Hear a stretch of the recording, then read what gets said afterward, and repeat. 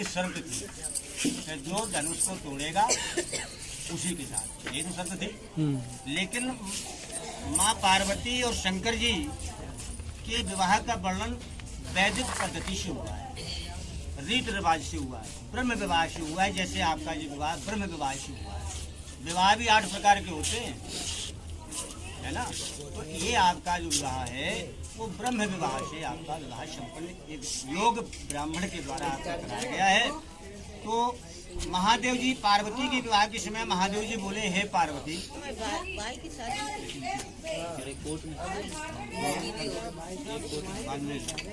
ये दाना हाथ रखो अपना। महादेव जी कहा, हे पार्वती, अब तो विवाह का सब काम संपन्न हो गया है, कोई बाकी तो नहीं बचा। तो पार्वती जी बोली के मधुपर्कम हृतम पापम लाजा हो मुहुताशन यावती कन्या न मांगे तावती कन्या कुमारिका। पार्वती जी ने कहा कि हे महाराज, हमारे पिता ने जो आपको मधुपर्क के भोजन कराए, मीठे भोजन कराए, वो मीठे भोजन कराने से हमारे जो पूर्व जन्म के पाप थे वो सब संपूर्ण नष्ट हो गए। और जो लाजा होम भी कराया गया है, दान का होम कराया गया है, इसके करने से अग्निदेव प्रसन्न हो गए। परंतु जब तक हम आपके बाएं अंग ना आवे तब तक हम अपने पिता की कुंवारी हैं। तब महादेव जी ने कहा, तो आप भाग में आ जाओ। तब पार्वती जी ने कहा, मैं आपसे 7 वचन मांगती हूँ। ध्यान से सुनना है। कहा तो मांगो। तब 7 वचन पार्वती जी ने महादेव जी से मांगे। यहाँ लड़की वर्षी मांगती है, लड़की के पुरोहित कहते हैं, तथा दुखे दारिद्र्य संचय ज्ञाता में के भावेन प्रथमे विष्णु साक्षिका।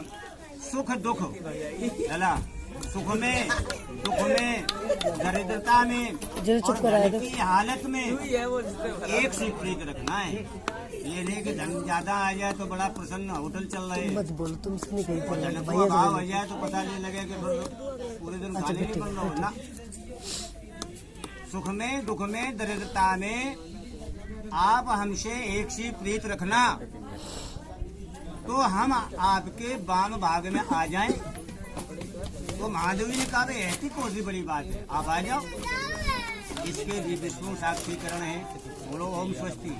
आपने पहला वचन दे दिया है, ये ध्यान रखना है। दूसरा वचन पार्वती जी मांग रही हैं आपसे, कहा कि होम यज्ञ व्रते दाने तीर्थ यात्रोपदेश के सहित में करो तवे द्वितीय विष्णु साक्षिका। होम में, यज्ञ में, व्रत में, दान में, तीर्थ यात्रा में गठबंधन करके, ऐसा नहीं है कि तुम अलग बैठे हो सकुड़े से हम अलग बैठे हैं। गठबंधन, चाहे यज्ञ हो, चाहे होम हो, हवन हो, कोई भी पूजा हो, ग्रंथ बंधन करके करना। शिव जी ने ये वचन भी दिया, दूसरा वचन भी दे दिया आपने। बोलो ओम स्वस्ति। ध्यान सुनना कुछ है। तीसरा वचन जो है कि बाला चेव युवा वृद्धावस्था त्रय संभवे ज्ञाता में एक भावे तृतीय विष्णु साक्षिका। बाल अवस्था, अवस्थाएं 3 प्रकार की होती हैं, बाल अवस्था, युवावस्था और वृद्धावस्था। अब जानिए कि युवावस्था में तो खूब मौज मस्ती काटी, और वृद्धावस्था जब खांसी आने लगी तो नहीं कि अब अलग खांस रही हो, तुम अलग खांस रहे हो, तो ये नहीं बने। तो पार्वती जी कही कि तीनों अवस्थाओं में मुझ पर एक सी प्रीत रखना, प्रेम करना। तो शिव जी ने कहा, ये वचन मैंने आपको दे दिया। बोलो ओम स्वस्ति। चौथा वचन कि अर्थो धर्मस्य कामस्य मोक्षस्य चतुष्टयम् दीयताम में महादेव चतुर्थे विष्णु साक्षिका। अर्थ धर्म काम मोक्ष, ये पति की अर्धाग्नि बताई गई है। पत्नी जो है पति की अर्धाग्नि बताई गई है, इसलिए इस वचन को स्वीकार करो। शिव जी ने यह वचन भी दिया, इसके भी विष्णु साक्षीकरण है। बोलो ओम स्वस्ति। पांचवा वचन, गोमहिष्यादि पंचानाम पशूनाम क्रय विक्रयो मया सहैव कर्तव्यो पंचमे विष्णु साक्षका। 5 प्रकार के जो पशु हैं, गाय, भैंस, हाथी, घोड़ा और ऊंट, ये मेरी सलाह से लेना बेचना है। अगर भाई पत्नी को फोन आओ कि भैंस की ग्राहक आए तो हमने की तो भैया बेच दे।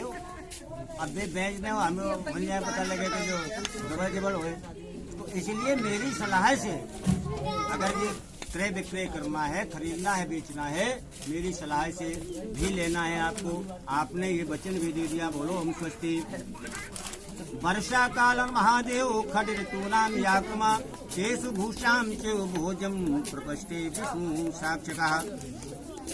यहाँ पार्वती जी कहती है कि वर्षा काल से लेकर जो 6 ऋतुएं होती हैं, जिनमें ऋतु ऋतु के भोजन है, वस्त्र और गहने अगर आप मुझे देना स्वीकार करते हैं तो मैं आपके वाम भाग में आ जाऊं। आपने कहा ऐसी कौन सी बड़ी बात, हमने जो वचन आपको दे दो, बोलो ओम स्वस्ति। अब जो 7वां वचन है ये थोड़ा कठिन में है। क्या मांगा है पार्वती जी ने कि अन्य गे सखी संगे यदि तिष्ठा भयम प्रभु अपराध क्षमा तत्र सप्तमे विष्णु साक्षका। पराये घर हम सखियों स्त्रियों के संग अगर बैठी हो महाराज तो जाले तुम दाढ़ी हलाए के क्रोध तुम दांती पीसन लगवाए। अगर हम पराये घर में चली जाएं और अपनी सहेलियों के संग में बैठी हो तो अगर हमसे कोई अपराध ही बन जाता है महाराज तो उसमें हमारा अपराध क्षमा करिए। शिव जी ने यह वचन भी दिया और कहा कि इसके भी विष्णु साक्षीकरण है, बोलो ओम स्वस्ति। आपने 7 वचन दे दिए। अब जैसी पार्वती जी उठन चली तो शंकर जी ने हाथ कहा भैया ठहरो, ऐसे काम नहीं चले कि तुमने तो मांग ले और हम भी नहीं मांगे तो पर भाई ऐसे कैसे बने, एक तरफा बात नहीं हुई। पार्वती से 2 कम।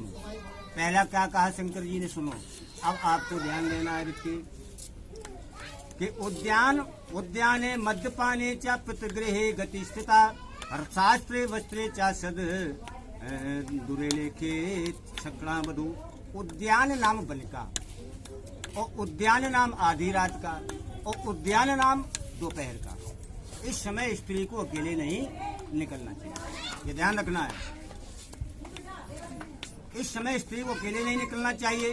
शिव जी के वचन सुन पार्वती जी बोली कि महाराज अगर आधी रात को घर में आग लग जाए, देखो टिप्पणी करी है पार्वती जी ने, तो निकले कि ना निकले। तो शंकर जी ने कहा कि आपत्तिकालीन मर्यादा नाची। अगर ये लग रहा है कि प्राण संकट में है तो फिर मर्यादा का वहाँ निकल मतलब प्राण बचाना चाहिए।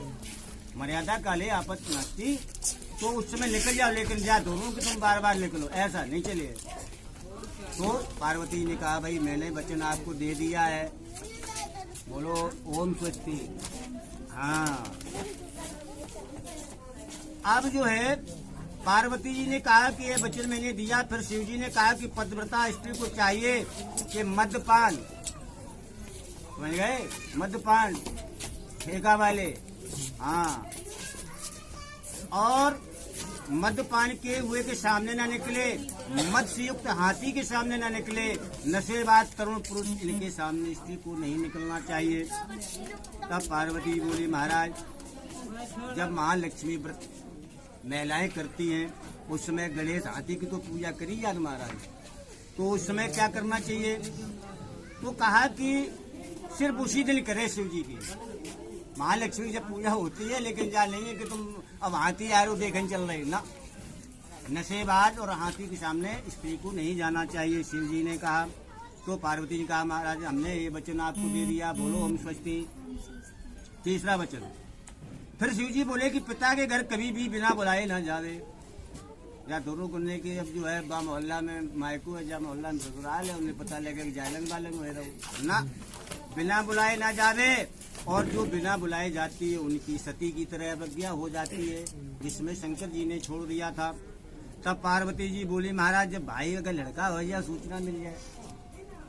तो यहाँ पर शंकर जी ने कहा फिर भी जाओ तो, लेकिन अपो अगर हित मानो तो, अगर अपना हित मानो तो आप जा सकती हो, लेकिन अगर भैया दूज को महाराज चले जाएं तो तो शिव जी ने कहा उस समय जाना हित माने तो अनहित हो तो कदाप न जाए, क्योंकि सती ने वहाँ पर बात मानी नहीं थी, इसलिए उनका देह का परित्याग किया था। शंकर जी ने उनको छोड़े दिया तो तब पार्वती के रूप में हुआ था। तो यह वचन भी पार्वती ने यह वचन भी दिया, बोलो बेटी ओम स्वस्ति। फिर शिव जी बोले कि स्त्री को चाहिए कि सर्वदा अपने पति की प्रशंसा करे, अपने पति की ही प्रशंसा करे। तब पार्वती जी बोली महाराज इस व्यास गद्दी पर पंडित जी वेद व्यास की उपदेश करते हैं तो सब स्त्री पुरुष पंडित जी की विद्या की प्रशंसा करते हैं। महाराज हमें करे पंडित जी की नहीं, हाँ उसमें करो। अगर वो व्यास गद्दी में बैठे हैं उसमें वो भगवान के स्वरूप में है। और महाराज बहुत से ब्याहन लड़का जात है तो बहुत सी स्त्रियां हम देखते हैं बड़ा तारीफ करती हैं। उसमें महाराज का हो कि जब तक वो लड़का अपने सिर पर मोर मुकुट बांधे है उसमें उसका अंश में विष्णु का स्वरूप होता है, उसमें तारीफ करे, लेकिन बार बार नहीं। चाहे भले अपने पति फटे पुराने कपड़े पहने, अपनी पति की ही प्रशंसा करना है। आपने ये भी वचन दे दिया, बोलो ओम स्वस्ति। हाँ, इसके बाद पार्वती महादेव जी को देती भई और पांचों वचन जो है पार्वती जी ने आपको भैया दे दिए हैं। अब आप ऐसा करो, यहाँ पर जो है एक कोई आ जाओ, एक आदमी आ जाओ। ये तुम्हारे महावर वाले और तैयार रहना है, बिछिया वाले है ना, ये को है ना, फिर घंटा में फिर बैठे रहे, वो तैयार करना है। जाने कहाँ बैठे रहो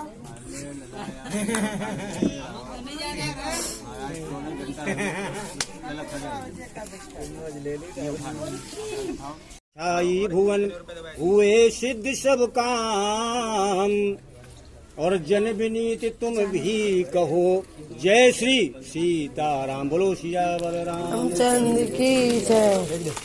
कलश के पास एक कलश के पास रखो दोनों लोग, डाल दे। हाँ वही नहीं, यहीं से डाल दे। नहीं आप ध्यान, हाँ ध्यान है।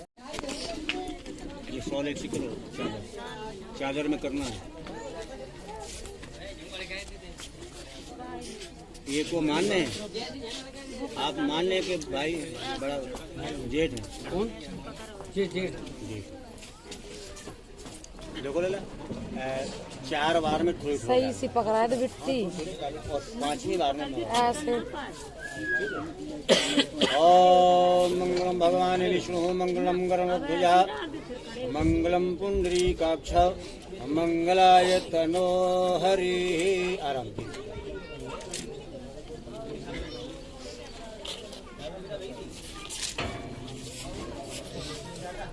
आप सब उठा लो और ऊपर से डालो।